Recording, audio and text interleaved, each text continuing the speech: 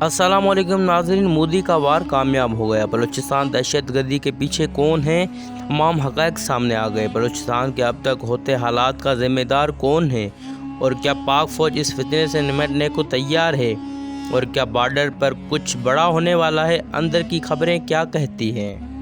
पाकिस्तान को कमज़ोर करने के लिए साजिश आखिर कहां बैठकर रची जा रही है, और सुलगते बलूचिस्तान से उठने वाली चिंगारियां मज़ीद किन किन मसाइल को जन्म दे सकती है। अज़ीज़ान मोहतरम, इन सब सवालों के जवाब जानने के लिए वीडियो को शुरू से लेकर आखिर तक ज़रूर समाअत करें। प्यारे दोस्तों, बलूचिस्तान में होने वाले दर्दनाक और इंसानियत सोज़ वाक़े पर सिलसिलावार दहशतगर्द हमलों ने पूरे मुल्क को हिला कर रख दिया है। अस्करियत पसंदों ने न सिर्फ सिक्योरिटी एहलकार को निशाना बनाया, बल्कि बसों से मुसाफिरों को उतार कर उनके शनाख्ती कार्ड चेक करके उन्हें भी कत्ल कर दिया। ये सुलगते बलूचिस्तान की तारीख़ का बदतरीन खूनरेज़ दिन था। सिक्योरिटी एहलकारों समेत मुतअद्दिद अफराद जान बहक हुए। बलूचिस्तान के कलअदम अलहदगी पसंदों ग्रुप ने इन हमलों की ज़िम्मेदारी कबूल कर ली। एक जानिब जहां पर ये पुरतदश हमलों ने अलहदगी पसंदों की जानिब से बड़ी कार्रवाइयों की सलाहियत की जानिब इशारा किया है, वहीं दूसरी जानिब ये दहशतगर्द हमले खैबर पख्तूनख्वा से बलूचिस्तान तक फैले हुए हैं। संगीन सिक्योरिटी चैलेंज से निपटने में रियासत की नाकामी पर भी सवालात उठाते हैं। खैबर पख्तूनख्वा बलूचिस्तान दोनों स्ट्रैटेजिक आम सूबे इस वक्त रियासत की रिट को चैलेंज करने वाले अस्करियत पसंदों की जानिब से मैदान जंग बन चुके हैं। एक जानिब खैबर पख्तूनख्वा में सिक्योरिटी फोर्सेस इन गप्पों से नाफिज अज़मा है जो तालिबान के असूलों का निफाज चाहते हैं। दूसरी जानिब बलूचिस्तान में अलहदगी पसंद ग्रुप अपनी पुरतशद कार्रवाइयों का दायरा पूरी सूबे में फैला रहा है। पुरतशद हमलों की हालिया लहर ने सूरत हाल से निपटने में रियासत की कमज़ोरी और नाकामी का पर्दा चाक कर दिया है। जान बैग सिक्योरिटी फोर्सेस के एहलकारों की तादाद ने ज़ाहिर किया है कि हालात किस कदर संगीन हो चुके हैं।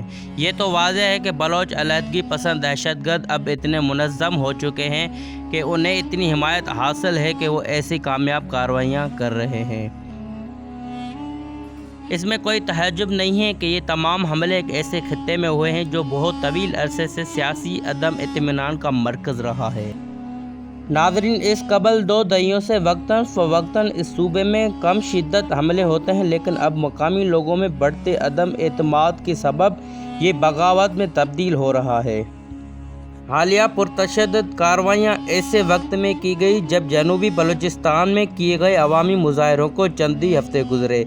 ये सिर्फ टारगेट दहशतगर्दाना हमले नहीं थे, बल्कि शर पसंदों के सिक्योरिटी फोर्सेस से झड़पें भी हुई, और बलूचिस्तान को मुल्क के दीगर सूबों से मुंसलिक करने वाली शारा को भी रुकावटें लगाकर ब्लॉक कर दिया गया।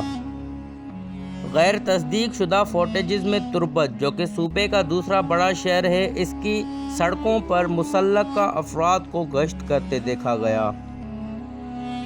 हुकूमती अहलकारों को भी निशाना बनाया गया। मुतासर इलाकों में सूरत हाल भी मुकम्मल तौर पर हाथ से निकल चुकी है, जबकि इंतज़ामिया हालात संभालने में बिल्कुल नाकाम है। सबसे ज़्यादा तशवीशनाक वाक़या बलूचिस्तान को पंजाब से जोड़ने वाले हाईवे पर पंजाबी मुसाफिरों को बसों से उतारकर गोलियां मारकर कत्ल करना था। ये इस नौयत का पहला वाक़या नहीं है, लेकिन ये इंतहाई घिनौना वाक़या था। अस्करियत पसंद बड़ी तादाद में गैर मकामी पंजाबियों को शनाख्त के बाद निशाना बना रहे हैं,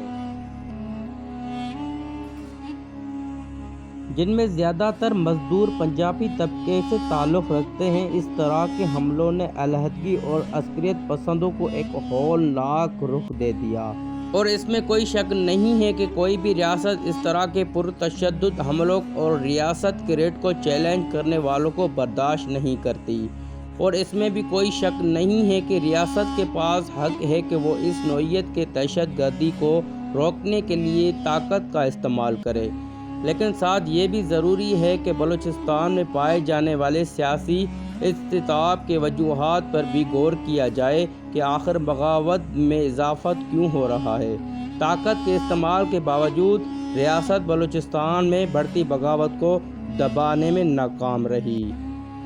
दर हकीकत जमहूरी और मुआशी हकूक़ से महरूम मकामी आबादी की वजह से बागी सोच को मज़ीद तक़वियत मिली है, اور اس باغی سوچ کا فائدہ اٹھاتے ہوئے دشمن ملک بھارت نے علیحدگی پسندیت کو مزید ہوا دی ہے اور اب کی بار بھی اس دہشت گردانہ کارروائی میں بھارت کے ملوث ہونے کے ٹھوس ثبوت ملے ہیں۔ پیارے پاکستانیوں، اس میں کوئی شک نہیں ہے کہ پاکستان کی فوج اس ملک کی محافظ ہے، اور اگر آج پاکستان ایک محفوظ ملک کے طور پر دنیا کے نقشے پر قائم ہے تو اس میں پاک فوج کا بنیادی کردار ہے، اور تمام تر مشکلات کے باوجود پاک افواج نہ صرف اپنی دفاعی ذمہ داریاں بخوبی نبھا رہی ہے بلکہ دشمنوں کی سازشوں کو ناکام بنانے کے لیے جان کے نذرانے پیش کرنے سے بھی گریز نہیں کر رہی، بلکہ دفاع کے ساتھ ساتھ دیگر معاشی اور سماجی محاذوں پر بھی پاک فوج اپنا کردار نبھا رہی ہے۔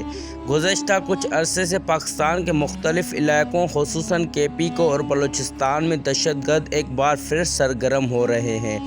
26 اگست کو بھی دہشت گردوں نے بلوچستان میں نہ صرف بسوں سے پنجابی شناخت رکھنے والے 23 مسافر اتار کر شہید کیے، بلکہ مختلف کارروائیوں میں 14 سیکورٹی اہلکار بھی شہید ہوئے، لیکن فورسز کی جوابی کارروائی میں 21 بلوچ دہشت گرد بھی ہلاک ہوئے۔ یقیناً بلوچ قومیت کے نام پر جس طرح سے دہشت گردی کی جال بچھا رہی ہے، اس سے عام بلوچی شہر کا کوئی تعلق نہیں ہے، بلکہ اس میں چند مٹھی بھر عنصر ہے جو بھارت کی جانب سے اسلحہ اور پیسہ ملنے کی بنا پر اس طرح کی کارروائی کر رہے ہیں، لیکن پاک فوج اور اس کے چاقو جوبند جوان نہ صرف دشمنوں کی سازشوں کو ناکام بنا رہے ہیں بلکہ اپنی جان کے نذرانے دے کر شہریوں کی جان و مال کی حفاظت کا فریضہ خوب نبھا رہے ہیں۔ ناظرین گرامی، زمینی حقائق اور ملنے والے ٹھوس ثبوتوں کے مطابق بلوچستان میں کچھ ایسے عناصر موجود ہیں جن کو بھارت کی جانب سے سپورٹ کیا جا رہا ہے، اور یہ عناصر پیسے اور شہرت کے لیے بھارت کی بولی بھی بولتے ہیں، بلکہ بھارت کے حکم پر پاکستانیوں پر حملہ آور بھی ہوتے ہیں۔ بھارت کی خفیہ ایجنسی راؤ ایک عرصے سے بلوچستان میں سرگرم ہے اور اس کی کوشش ہے کہ کسی طرح بلوچستان کو بدامنی کا شکار کیا جائے تاکہ کشمیر میں ہونے والی ہزیمت کا بدلہ چکایا جائے، لیکن بھارت یہ بھول رہا ہے کہ جب تک پاک فوج موجود ہے اس کا یہ حربہ کامیاب نہیں ہوگا۔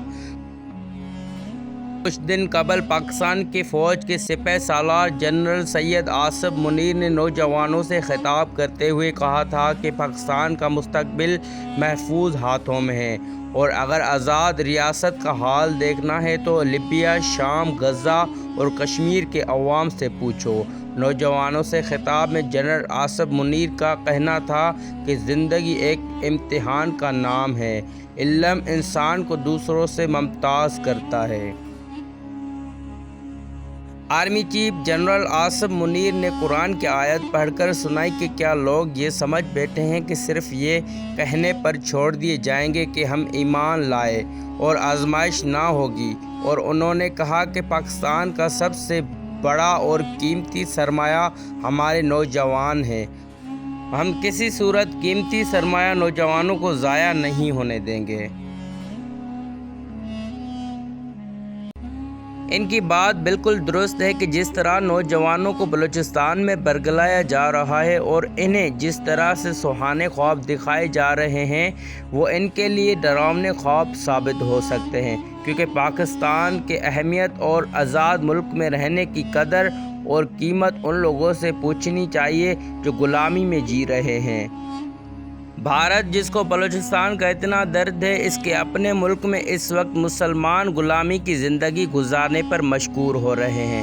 مقبوضہ کشمیر میں بھارت نے لاکھوں کی تعداد میں فوج تعینات کر رکھی ہے، اور طرح طرح کے لالچ کے باوجود مقبوضہ کشمیر کا نوجوان بھارت سرکار کے جھانسے میں نہیں آ رہا، لیکن اس کے باوجود بھارتی شرپسندوں کا کام بلوچستان کا امن تباہ کرنے پر تلے ہوئے ہیں۔ علیحدگی پسندی کی سوچ رکھنے والے بلوچی بھائیوں کو بھی اس کے بارے میں سوچنا چاہیے، کیونکہ بلوچستان پاکستان کا حصہ ہے۔ اور پاکستان کے وجود سے ہی بلوچستان کا وجود قائم ہے۔ لیکن دوستو، اس کے بارے میں آپ لوگوں کا کیا خیال ہے؟ کمنٹ میں ہمارے ساتھ ضرور شیئر کیجیے گا۔ انشاءاللہ آپ کے ساتھ ملاقات ہوگی اگلی ویڈیو میں۔ تب تک اپنا اور اپنوں کا خیال رکھیں۔ اللہ حافظ۔